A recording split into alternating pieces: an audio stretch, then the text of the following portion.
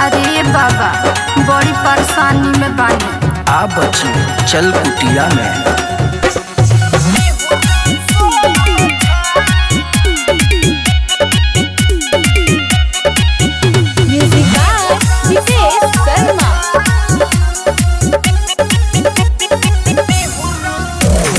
मार देम भूत झार देम हइयो झा नेहुर सोझा नेहुर सोझा मन बात फेर हाथ हमें ओझा नेहुर सोझा नेहुर सोझा।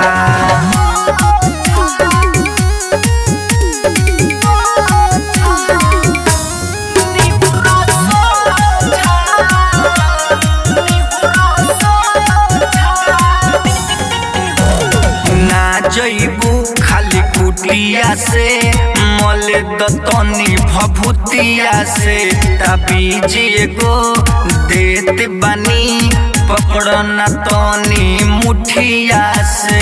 अरे कहे बाबा अरे इहन ह बच्ची बांध दे हबे हम जंतर हो भाग जाई सब मंतर हो तनी झुक भागी भूत उतरी बोझा नेहुर सोझा नेहुर सोझा।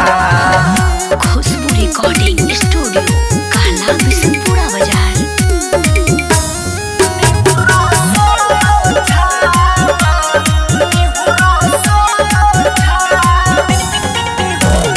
ए हो चली ओई हडेली कर में तार ओझाई हो संजय शिवानी जोड़ी बनी है बनी जइबू माई हो। अरे तने के तो दुख बाए बाबा रह गुड सुनी करी उज हो तहरा मिली गुड न्यूज हो सोए इमाम छोड़ता में झाम हमारा में खो जा नेहुर सोझा नेहुर सोझा।